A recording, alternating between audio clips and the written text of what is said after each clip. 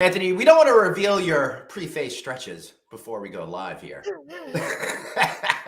Hey, I'm Anthony. Welcome to No Vacancy Live. That's my friend Glenn. You're watching the #1 show in hospitality.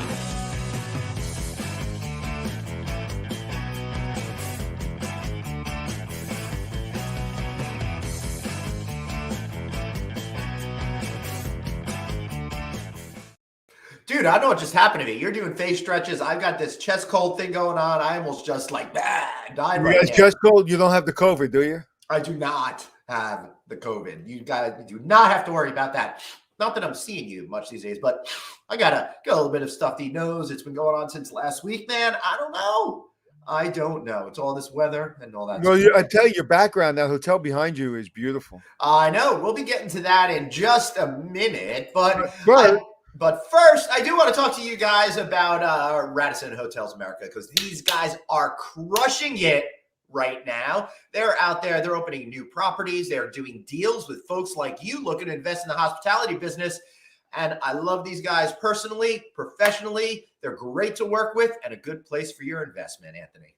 I agree wholeheartedly, my friend. They're wonderful people. They really are. Yeah, they really are. I can't wait for us all to get together and go out to dinner or something like that soon. But we'll get there. But right now, Anthony, I'm going to Las Vegas next week, and we're going to be taking off a few days here on the No Vacancy podcast because I've got something even more important than No Vacancy Live going. That's right, because I'm going to the Fish shows on the 28th through 31st in Vegas. And you know what? A couple of hotel executives are going to be going there. So I think what I'd like to do is put together a little hotelier pregame show on one or multiple of these nights. So guys, if you're going to be out in Las Vegas next week at the MGM Grand, going to see the Fish shows or just be in the neighborhood, you want to hang out with all of us before we go to the show, reach out to me. I'm at Traveling Glenn. Just make sure you do it. Just make sure you do it when you're all stoned. How about we meet sober and then depart in that way? But whatever, we'll get to. It's so funny when you said you're going to be in Vegas next week, and I was just like, "Where are you going to Willis? Why are you going to Vegas?" And I realized, that I have to be at the convention center next week, but and you're going for Fish, so I thought you're going to go to Vegas. You're going to go to Vegas next week? No, I'm going to a Javits Center. Oh. I have some things. Yeah. All right, that sounds good. You were going to say something? Yeah, let's talk about stuff that's fun. I was talking about stuff that was fun, but let's talk about stuff that's even more fun.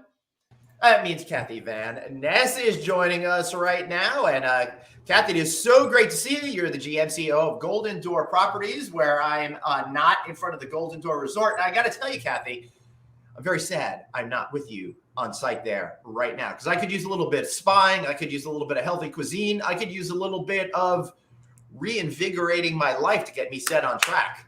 Well, you're invited anytime to see the most unique place in the world. And thank you so much for having me on your show. I'm very excited for sure. Kathy's going to be with us, and we're going to bring in another GM, Jeff from the London, West Hollywood, in just a few minutes. But we want to talk to Kathy, because Kathy, I think what you're doing over there might be some of the most unique things that we've seen here in the last few years of No Vacancy Live. Can you guys hear me? Yeah, Anthony? Yeah, Kathy. Perfectly. Yeah. So, Kathy, can you explain kind of what you do, what your resort's about, and go through the things that we talked about a little bit in the green room? Yes. Really love to hear it, because it seems very interesting and different. And like you said, complexities that you don't normally get in a regular resort. You're absolutely right, y'all. It's a much more complicated business. We can look at it almost like divisions. Our core divisions, of course, is the resort, which is on 600 acres here in California. And that is where the guests get to come inside the Golden Door and spend that 7 days. But outside the resort, we have 600 acres that we farm.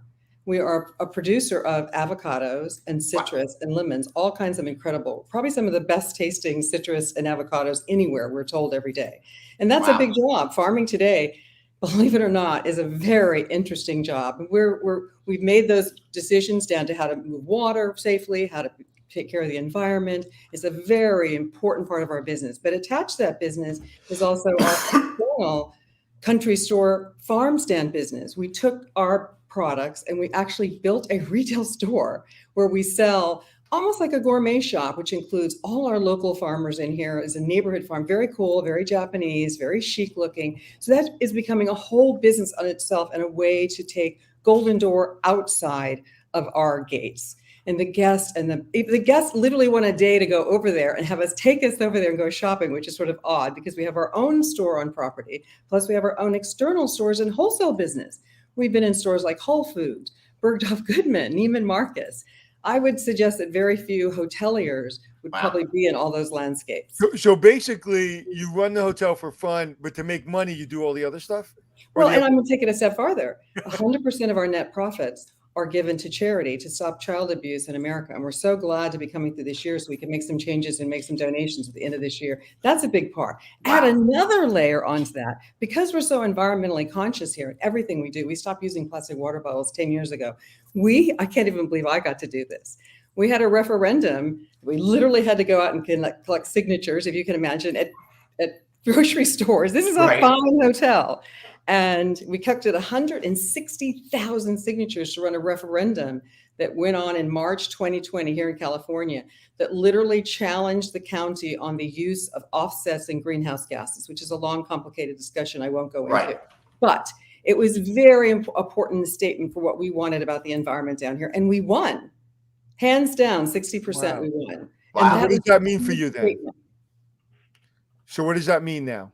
It means that greenhouse gases are something you can buy offsets from foreign countries and use those offsets and build here. But that doesn't really reduce greenhouse gases in the state, which is part of the law. Right. Understood. But this makes our business very different. Yeah, I mean, that's so unusual to be so focused on all of these things instead of pure profitability. So how have you been successfully able to mix that charitable component with keeping the doors, the Golden Doors, running and profitable in general? Well, my background came out of fashion and running corporations that had multiple divisions. So I kind of think about this as just each piece is a separate division and runs separately. But you know, our charitable donations, we're not a 503, we're a business for profit. So we work hard to make those profits so that at the end of the day, we can write those checks. That's what's really important. And our guests know this and really respect us for what we're doing. And I'd imagine there's a pride to your team because of this. And we were talking about this yesterday, that the number one thing is not benefits and training and salary today. That is all important, and that's kind of a given. But it's more of, I want to feel part of something. I want to feel pride. When I talk to my boss, I want my boss to have meaning in what they're saying. And that's lost today, especially, and Glenn's heard me say to nauseam about some of the corporate leaders that I talk to sometimes. I feel that they're talking, but they're not walking. And, you know, they're just talking and walking past what their thoughts in their heart is instead of doing the real work. And it seems like you're doing both. Well, and I think that in getting ready for the next group of leadership that's coming up the ranks, this is very important. I mean, we've heard it over and over now for years. Social conscience is really important. And it's not just writing a check to a charity. It's really taking your whole culture and making us all a part of it. I mean, you're absolutely right, Anthony. Our employees love not only what we did about the environment, but also what we're doing for the children. So it sort of permeates everything they do. And when something is saved, they will write back and say, I'm so proud to work at Golden Door.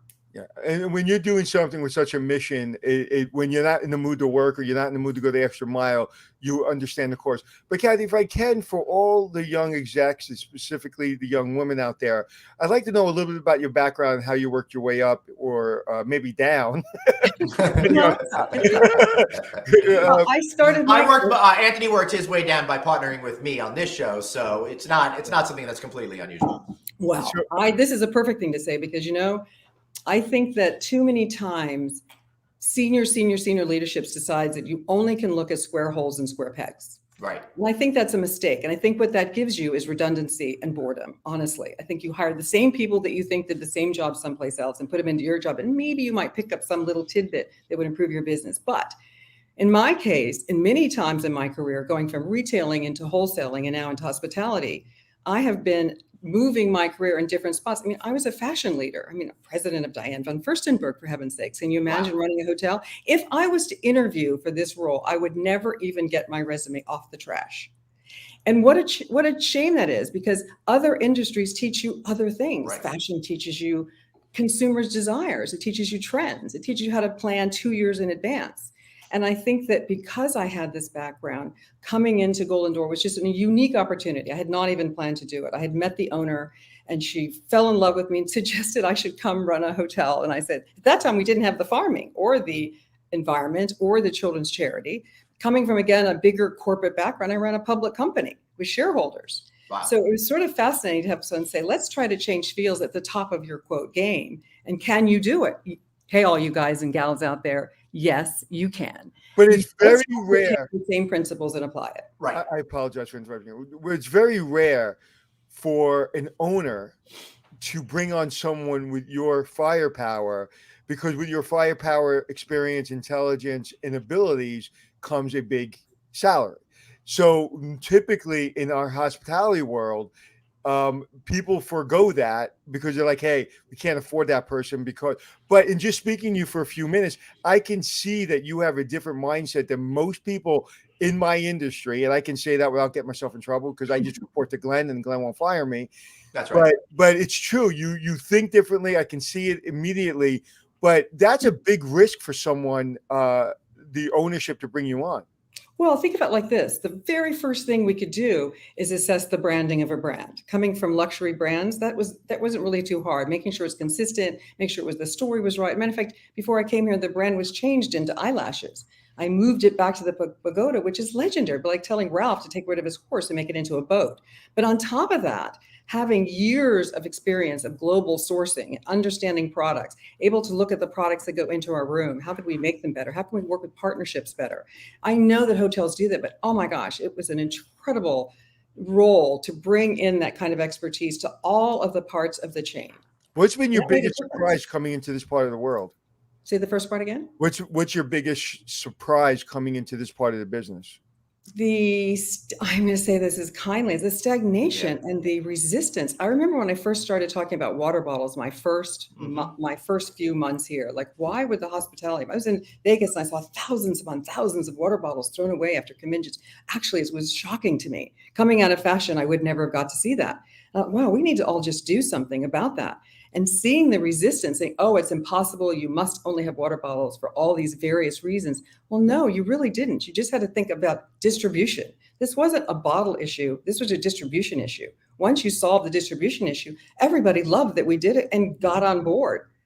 And how'd you solve it? How'd you solve it? I solved it by developing a partner with a local artisanal. We have alkaline water delivered every week in giant kegs, and across all our courts, we have stations where the kegs, almost like the grocery store is doing it now, not much different.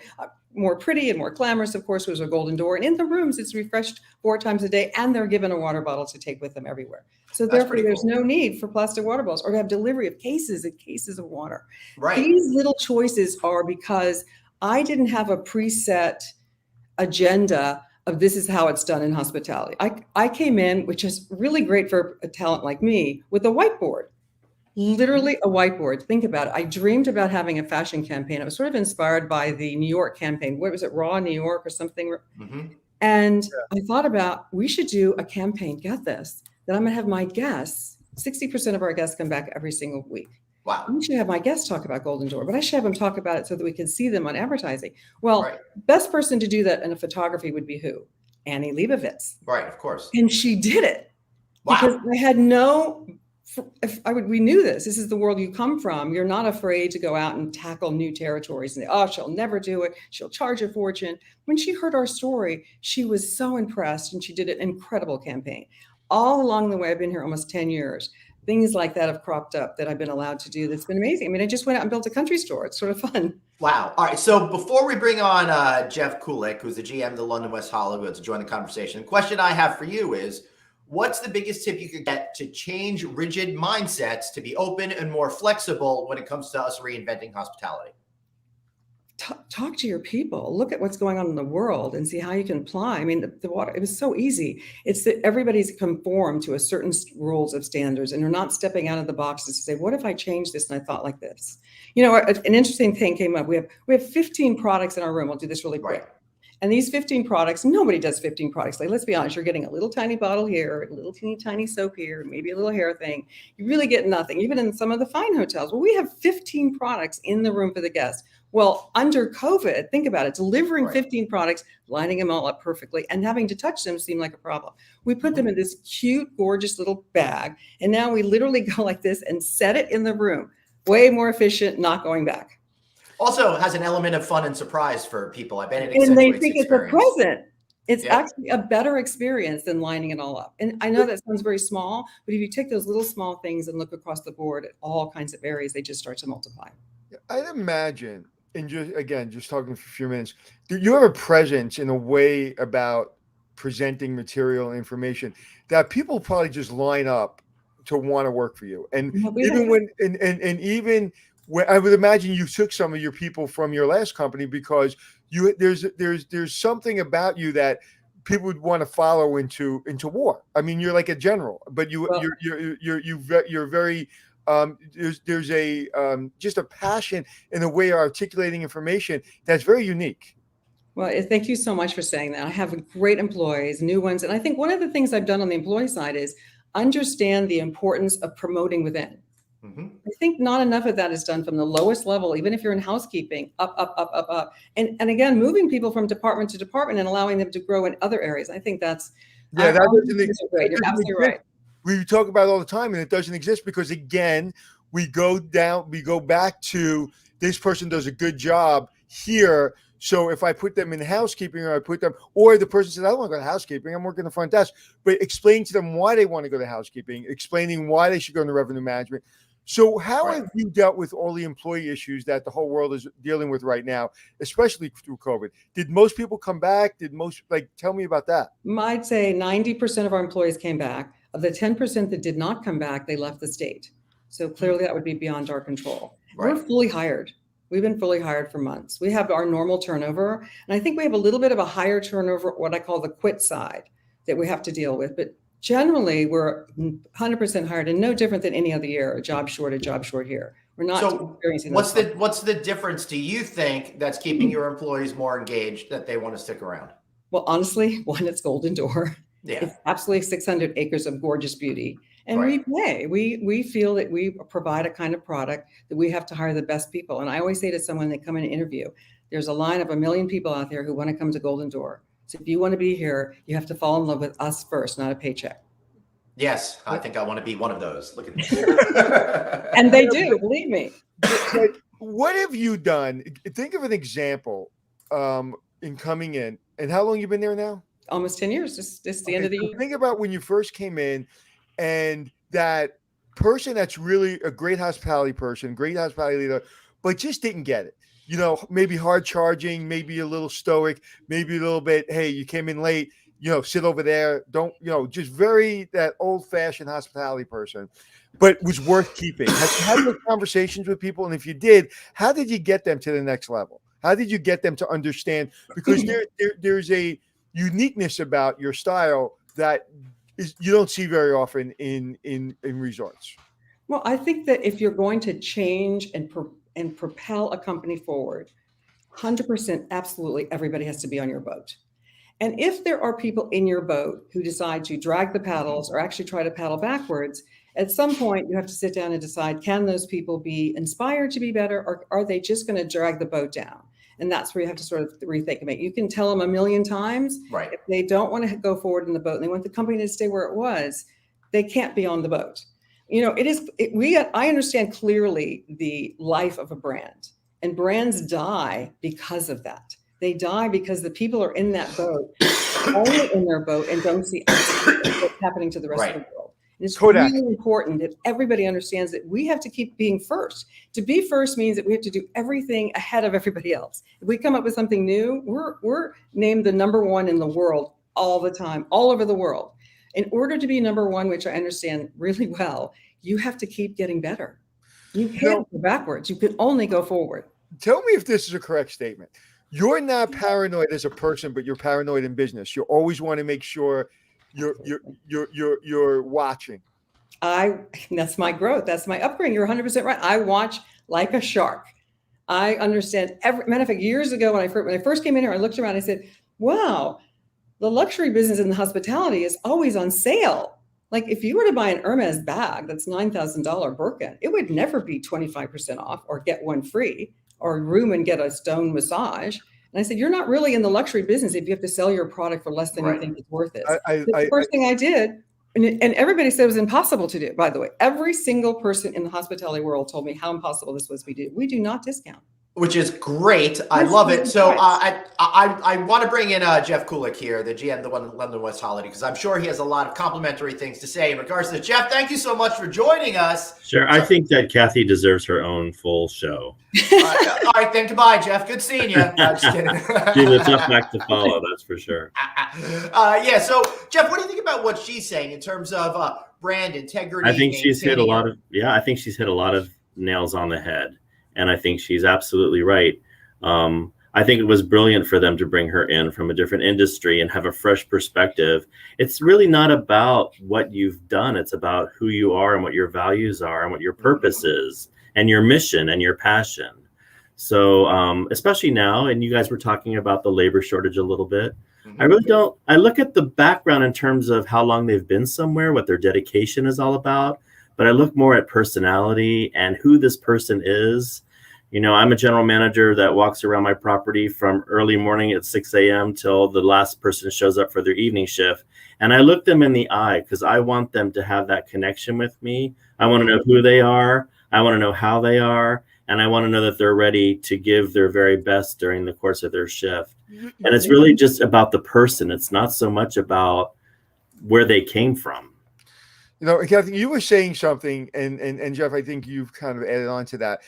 When you're in the boat, right? Okay, we're all in the boat. We're all a team. But there's one captain. And a lot of people forget that.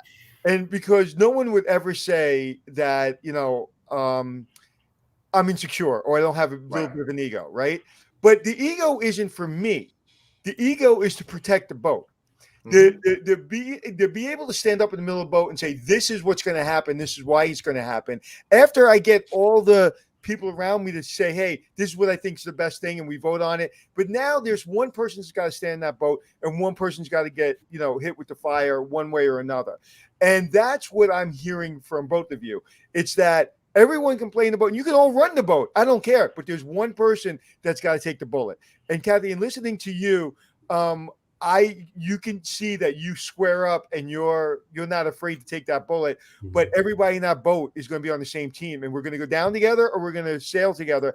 And that to me is, again, in our industry, and I think I can speak pretty clearly about 35 years in the business, that there's a lot of BS.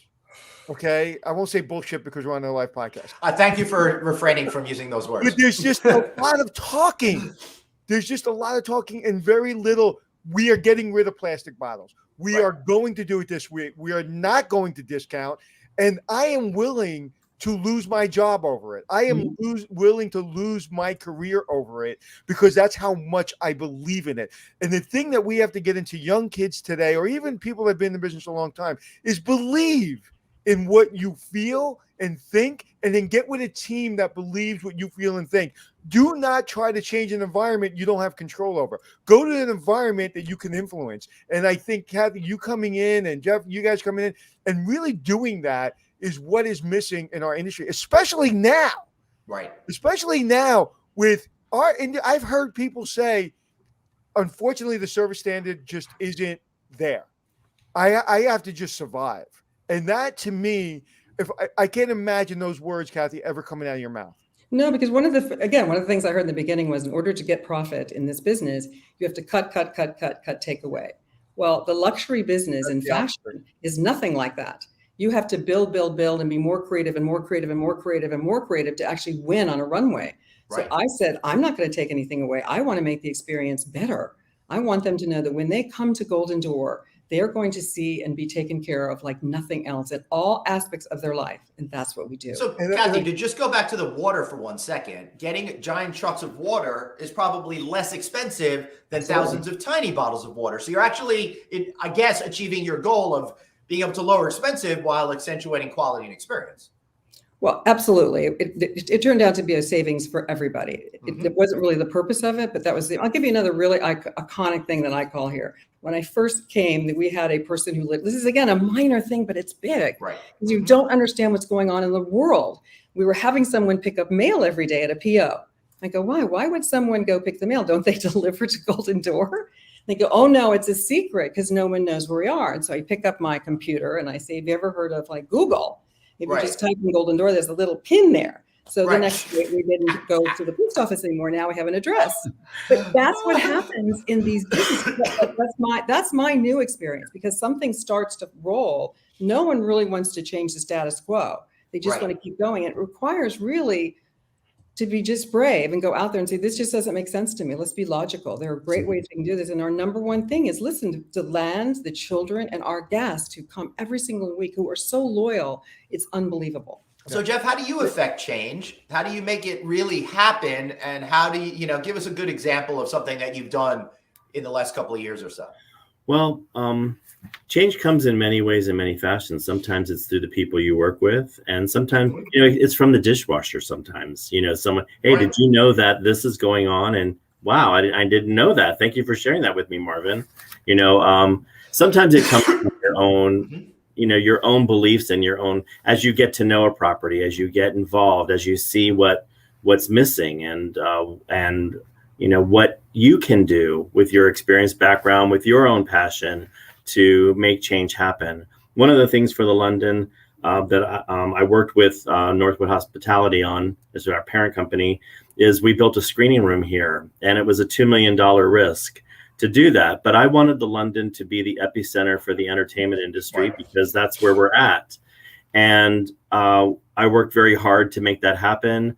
I reached out to people that I knew in the entertainment industry, and we created this state-of-the-art screening room where there was supposed to be a lounge, which is the last thing any hotel needs anymore, is another lounge concept. And sure enough, over a course of building it and a year of getting people in the door and having them experience it, it really has brought us to that place where we're a go-to hotel for the entertainment industry. That's one small thing. The other thing is that I freed my team of being scripted. When you go to a luxury hotel and it's, welcome to the da-da-da-da, my name is so-and-so, how may I serve you? Or I'm your bell person today, or whatever it might be. I want my team to be themselves. We hired you for you. I don't want to give you a script. I want you to be yourself on your best day. And that's my message to everybody is, be yourself. We hired, you went through 3 to 5 interviews to get a position here. We don't fill open positions with anyone. We leave open positions open until we find the right person. So giving them that freedom, like we were talking before we went on air about Sarah Dandashi, one of my concierge, who has developed her own Ask a Concierge business. And now she's gone out and spread her wings and left the nest and developed this business. It's through believing in people, through mentoring them, teaching them to believe in their passions, and to be able to speak to anyone in the organization at any time. If the dishwasher wants to stop and talk to me, I have the time to do that and to hear what's going on in the world of dishes. Tell me what your thoughts are. What's going on? How do we run this better?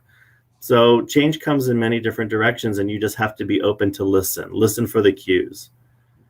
Nice. That's absolutely beautiful. Kathy, I know you want to respond to that. I see you. Well, I think too, for us, because we're a small property with only 41 rooms, and I go back to that story of a facialist that now runs the front desk, and the night housekeeper now runs housekeeping.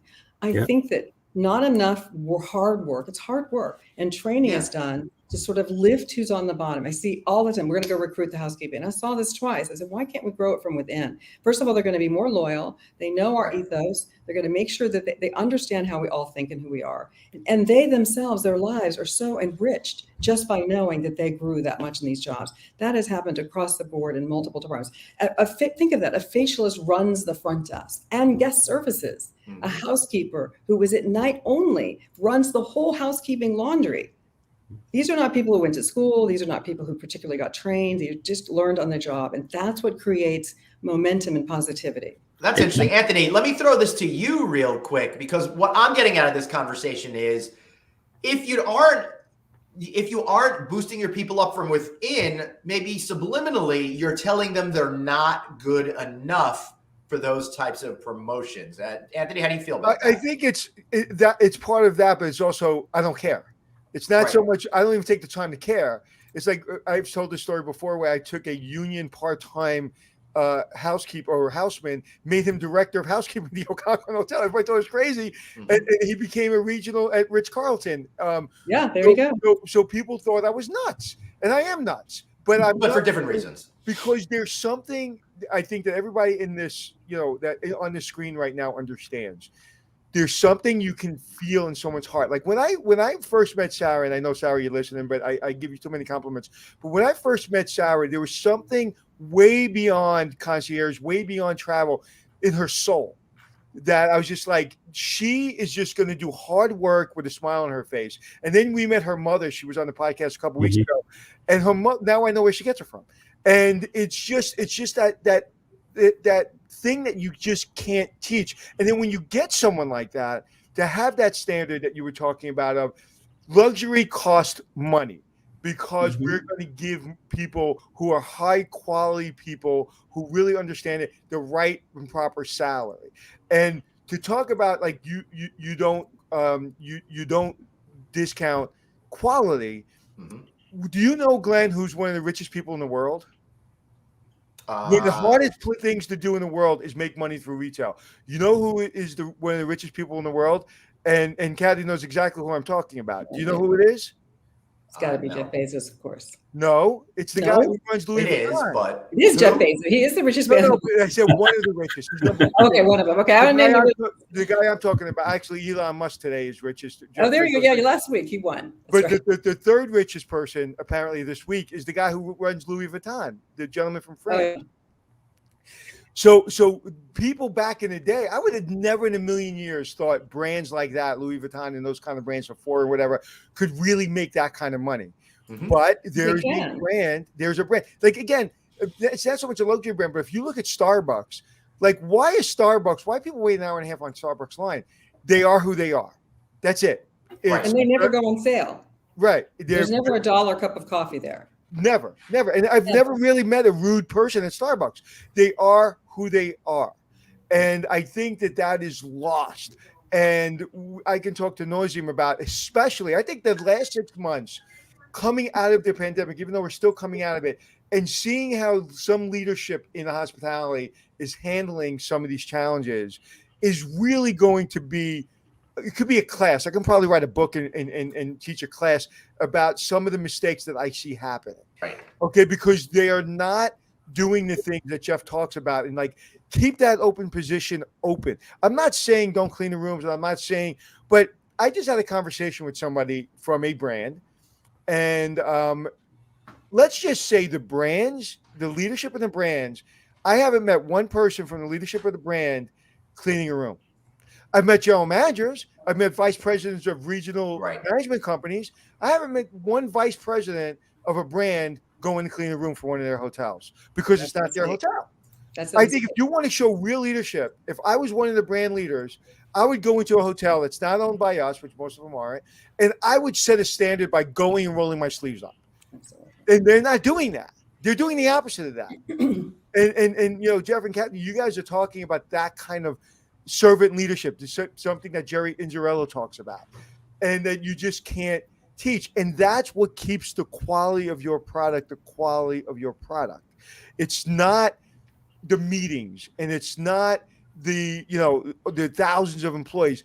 It's those few people that understand the mission, that get on the same boat, and that drive that mission. And again, you can obviously see I'm passionate about it, but when I meet leaders like you, it really inspires me. All right, Jeff, now you have to say something inspirational. Good luck. Well, I think that from another Kathy, industry. sorry. What was that, Kathy? I came from another industry, so I didn't want to not know certain things of how things proceeded. Of course, running a business is running a business, whether it's a business or the B business. That was really not a big issue for me. But I literally went to the airport to do pickups. I cleaned rooms. I actually one summer was in laundry. Oh my God, that's the hardest job on the planet. Right, oh absolutely. Much more respect. Lifting it, my arms got very strong, by the way. I did every single job. I lived in the gardens. We stripped out gardens and started gardens over that look incredible today. So I think you're right. I think that also shows you that you're one of them. I'm not looking to be the head of something. I'm looking to actually move this company into the future with its people and make a difference. And that's what we have to do every day, not only with who comes, but who doesn't come. I agree. And at my property, if anyone says to me, Mr. Kulek, I'll say, "Oh, is my dad here?" And I'll look like, I'm Jeff and I'm part of the team, and we're all in this together. Look, during the pandemic, when we stayed open, I moved my desk out into the lobby. I was out there. Whatever a guest needed, if someone came was waiting for a limousine to get to the airport, I asked them, "Would you like an espresso or coffee? I'm happy to get that for you. It's, the restaurant isn't open yet, but would you like a muffin for the road?" It doesn't matter, because we're all here to take care of one another, the guest, the team member, whoever is in need of help. That's really what our job is about. It's hospitality. We're supposed to be hospitable. And, I try to break the general manager title every day. I don't want someone to be frightened to come and talk to me. I want them to feel like I can go into Jeff's office anytime that I need to. That's part of the walking around and talking to people morning, in the noon, and at night. Let's forget about the titles. Let's just talk about what the need is, and let's take care of it together. Yeah, and very much like Kathy, I also promote from within. My food and beverage director was the breakfast supervisor when I started here. Awesome. My director of convention services was a part-time waiter who joined us during a summer to work up at our pool on our roof. And I always ask that question: do you ever think about a career in hospitality when I'm interviewing? And it's like, okay, I'm going to keep my eye on you. And my big message is, what you do every day is your ticket to tomorrow. And what you do leads you on that path to become the general manager. If that's what your dream is, it's possible. Yeah, I think that's really true. And I was going to say something. I was talking about it a little bit before we went live, but I didn't finish my thought. And one of the things that I feel strongly about, and I've been doing a lot of reading on it, is in the 70s here in New York, we got rid of the trades in schools. I remember growing up and seeing automotive, seeing electric, seeing plumbing, woodworking. And for some reason, we got rid of it. Yep. And we talked about college. And so all these kids walking around, including my kids, with college degrees that are very expensive. And, thank God they're doing good. But a trade, like I just had a plumber downstairs in my basement, and plumbers do well, electricians do well, people in the hospitality industry do well. You don't need a college education to get into these kind of businesses. You need a certificate. And you said something, Jeff, that I'll remember for a very long time. It's like it's what you're doing today that brings you to tomorrow.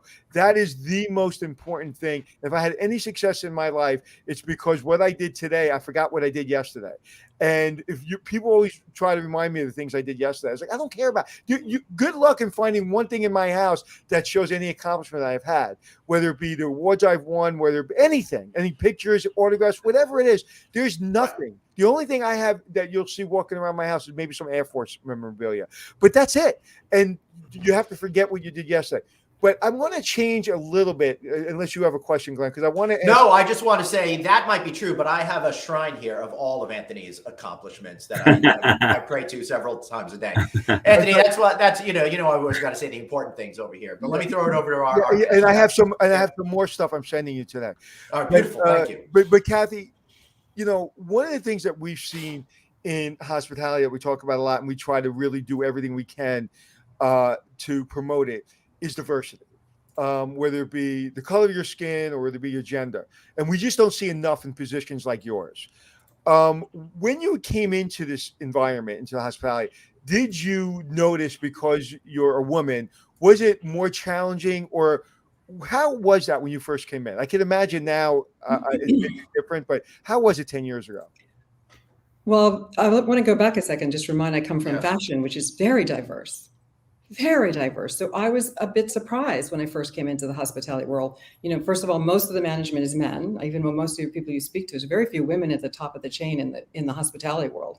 And two, there was sort of this practice of keeping people kind of in their places to not really move around because they were so important where they were. So I think I came in with a different perspective that this could be all changed and made into a different model. And I proceeded to do that. Let me say it a little bit differently. When you come out of fashion, there is no sort of eyeball on diversity that is not real. You have all kinds of people work for you.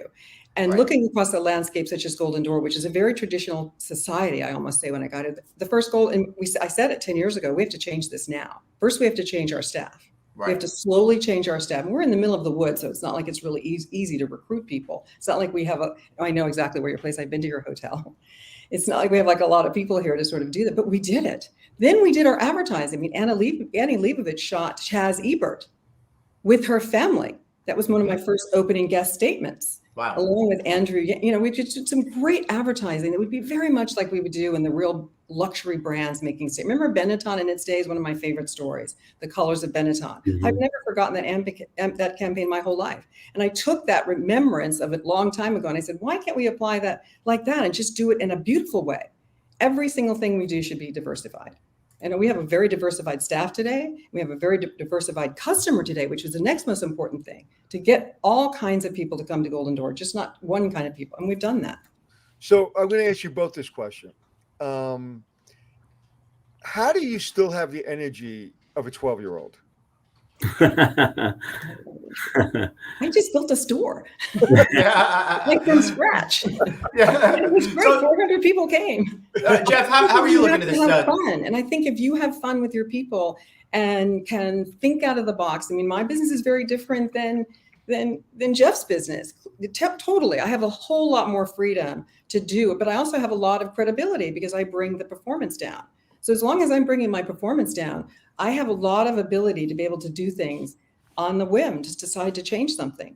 Same thing here. And, I think that you have to be passionate to be successful. If, I've been here for 8 years and some people would say that, well, maybe that's 4 years too long.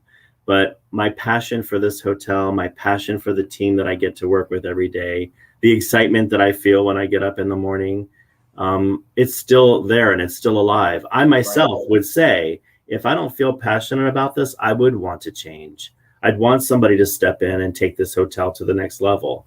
So I think that you have to be honest with yourself. And, if you're not giving more than 100% of yourself on a daily basis to your team, to your guests, to the investors or whoever, then it's time for you to move on or you're not in a right job. But in both of you saying something, just something popped in that I haven't really ever articulated, that if I can articulate anything, but it's more than passion. It's protective. It's being protective of your team, of your brand, of your mission. That is where leadership goes wrong. Mm-hmm. I know when I'm in the middle of something and I'm turning something around, you can literally put a gun to my head and say, I'm going to fire you. I'm like, can you fire me tomorrow? Because I got to deal with this meeting. You can let me go tomorrow. I just got to go talk to this housekeeper and then I can leave tomorrow. So being protective, I think, is probably one of the things that kept me inspired through this industry, is that I am in charge of this thing, whatever this thing is. And I'm the first one. I can get fired faster than anybody. And I love that. I love the fact that I'm always the person out front that can get fired quicker than anyone, because that gives me really, I have nothing to lose. So, Anthony, I want to add one more thing. I know we have a time clock of this. Anthony, I want to add one more thing to that. We don't have a time clock. We go as long as we want. Oh, okay, that's cool. Except I have to be out because I have a 1 o'clock call. But other than that, you're still here, Glenn. You're still used to running big. I'm sorry. I know I'm not really here today, but that's okay. You're having an amazing time. Kathy, go for it. Sorry.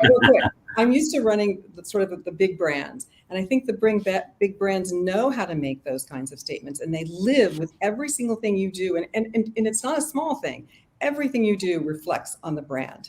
Every shade, every color, every way you speak about it. And when you think about the luxury brands, they are fanatical. I mean, think about, Gucci or, Louis Vuitton. Think about their stores and what they look like. They never shave on anything. And that's what a luxury business should be. It should be the finest example of everything we can give a customer. I remember working for Nickelodeon, and again, not a luxury brand, but a child brand, and they knew who they were. And their brand is, if you look at the Nickelodeon logo, the colors are the same no matter what they put it on, but they allow people to have it fun.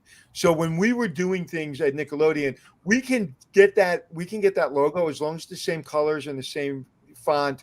And then we can kind of put the background any way we want, whether it be on a lunchbox, whether it be on whether it be on a wall. And it would always look different, but the same. And they were so like you even thought about being one shade off or one font, anything, you would literally get a missile to your head. Yeah. But they made it fun. They knew who they were. They knew that they were trying to teach children. Matter of fact, I was watching a documentary on them, and the president who started Nickelodeon back in the day, and my friend Mark Summers, who did Double Dare, you may know, he's a good friend of mine who's part of that. And the whole thing was about fun, getting sloppy, letting kids be kids. But one thing they didn't do, which I found fascinating, was they didn't get into the breakfast business. People wanted to have Nickelodeon cereals and all kinds of cereals that they felt weren't healthy for children. And she gave up millions and millions and millions of dollars to stay out of that business because she knew who she was. She knew what the brand was. And that's where, when you have 53 brands within a brand, who are you? And I think that that's the challenge that big brands have today. It's like, who is that brand? And because you have 53 of them. But who are you? What's your core? And I think we've lost some of that core in our industry. And now the next big thing in our industry is, are we going to start charging for housekeeping? Right. That's what, and people are, I'm sorry. Listen, if I hear it, that means it's going to happen. I can't imagine that. Because it's going to happen. It's going to happen. I will bet everybody here $1 that by this time next year, that one brand is going to come out saying they're going to charge for housekeeping. I think that if we all followed Kathy's road and really got on board from an environmental perspective, we need to educate our guests about their part in being environmentally friendly. And you go to hotels and you see those cards if you don't want housekeeping service. But really, if you do become environmentally certified and you have a green program, you can ask your guests, please be a part of this with us. We have a drought going on right now. Yeah. How about opting out of housekeeping, and we'll clean your room every third day. If you need anything, we'll bring you towels or what have you. But be a part of being a good, steward of the planet and be an environment. They're more interested in saving money, and they're also, this is the thing that I think is the biggest failing in our industry, is people are afraid to get fired. I'd imagine, Kathy, you're not afraid to get fired. You're afraid of getting fired, not doing your job, not getting fired doing your job. And people say, what does that mean? It means if you're doing your job and you're doing the right job, and for some reason someone doesn't like it and you get fired, that's their problem, not your problem, because you knew you were doing the right thing. And too many people, there's too many vice presidents, too many regionals, too many of this, too many of that. And I always said the reason I want to be a general manager young is because I can't report to vice presidents. I can report to an owner. That's difficult, that's challenging, that makes me work 18 hours a day, 7 days a week, and maybe rude sometimes to me. I can deal with that guy, because that guy's got skin in the game, or that girl's got skin in the game. I can't deal with the vice president trying to save their ass. And that's what I hear, Kathy, coming out of your voice, is that this is the way it's going to be. And I'm on board with the ownership, and the ownership's on board with me, and we're going to go do that. And that's why, Jeff, to your point, is why people can't get in touch with the environment and say, hey, this is what we're going to do, because they're afraid they're going to get fired. And we're on that path. I'm later than Kathy is to the game, but we are on the path to becoming a green hotel. Oh, great. Awesome. Certified. Kathy, and what I just said about that, do you understand what I'm saying? I imagine you've seen that in your career, that people are making decisions just to be able to stay in the boardroom. But I think that's the point, though. I think that there are several types of people in the world, and there are some types of people that always think innovate. They look at everything as a way to make it better. They look at everything as a possible new innovation. They don't look at everything as a redundancy, and this is how we have to do it forever. And I think that you have to recognize those people, and you have to allow those people the space to be able to be creative and not hold them back. I mean, I literally said to my team, do you know how many companies would have allowed you to go out, pull together a task force of people, literally build a gorgeous store? I'll send you guys the picture. It's gorgeous, a gorgeous store from the ground up, get to open it with all kinds of news and all kinds of things that are going on, and not have to do a million things to prove it out. And it's already proving its profitability. We already had the steps because we had a farm stand. But that's the point. The point is about creativity. You cannot survive in this environment, in any business, if you're not thinking innovatively and creatively about the next step. And if you're number one, like I am, I have to be ahead of all the other people who are doing the same thing I'm doing a year or two later. So we have to be much farther ahead to be. Right. And you're too busy worrying about that than worrying about your job. And exactly. That is her job, though. And you know what? I think it's very important that as leaders, we have a voice. And I don't care if you're the president of the company or a VP I report. I'm going to have an honest conversation with whoever I report to if we're not aligned. and explain the reasons why we need to be doing what we're going to be doing. But Jeff, to my point before, you've been in this business a long time. You come up the traditional way. Mm-hmm. You know what I'm talking about. I do. And you know what? There's a lot of people that should not be in those senior leader jobs they yell, they scream, they sit at their desk. They forgot what it's like to be in the operation, or all they're looking at is the bottom line, and they forget that this is a people business. Believe me, I've had more conversations with high-level executives about what this business should be all about and how they're falling short of the mark. I'm not a shy person. I'm very direct. And that's who they hired. And I feel like I wouldn't be doing my job if I wasn't giving them that information. You know, I'm lucky today to work for a company that's amazing and has a very team-oriented CEO and owner and what have you. But I have faced many of those leaders, and I have talked to them just as directly as I'm talking to you. There's no fear of being fired because look at how many hotels there are in the world. Right. We can go anywhere. We can do anything. You know, you don't have to be limited by a bad environment. You know, if it's a bad environment, then get out of it, or try to make it better. Yeah, Well, it's bad environment. It's actually really more basic. If your brand is performing and we were closed for a year, so we had to actually come back. Wow. If your brand is performing and your numbers are working and the things that you're doing are expanding the eyeballs of your brand, then you are allowed to be more creative and you keep pushing the envelope to new levels. That's so important. I say it since I've been born into this business. The more money we make for the owner, the more fun we have as a team. Exactly. Now, before we wrap up, today's final question is brought to you by Dr. Producer Suzanne, and she asks, we'll start with you, Jeff. What would you say to a young individual interested in embarking on a career or employment in the hospitality industry? I would say that it's an amazing field to be a part of. You meet people from all around the world, and it's not just the guests that you get to meet. You meet long-term life friends along the way that you may have never been able to meet before. It's a wonderful, if you're a people-oriented person, truly, it really is the right profession for you, because the number of people you come into contact with a day is truly amazing, and you get to change lives even through a hotel experience, or, you know, for your team. Mentoring and developing people is my absolute favorite thing. To see people progress beyond their position and take a new role, whether it's here or whether it's somewhere else, it's the greatest feeling in the world to be able to help someone achieve their goals. Beautiful. Kathy? I always ask prospective interviewers two questions. One, I always ask them what's the one word they would use to describe themselves. And I give them a hint just in case they try to say, I'd like to use two. No, it's really only one, and then why. And then the second one, which I think is the most important for us, and I'm sure for all hospitalities, is how do you feel about being a servant to people?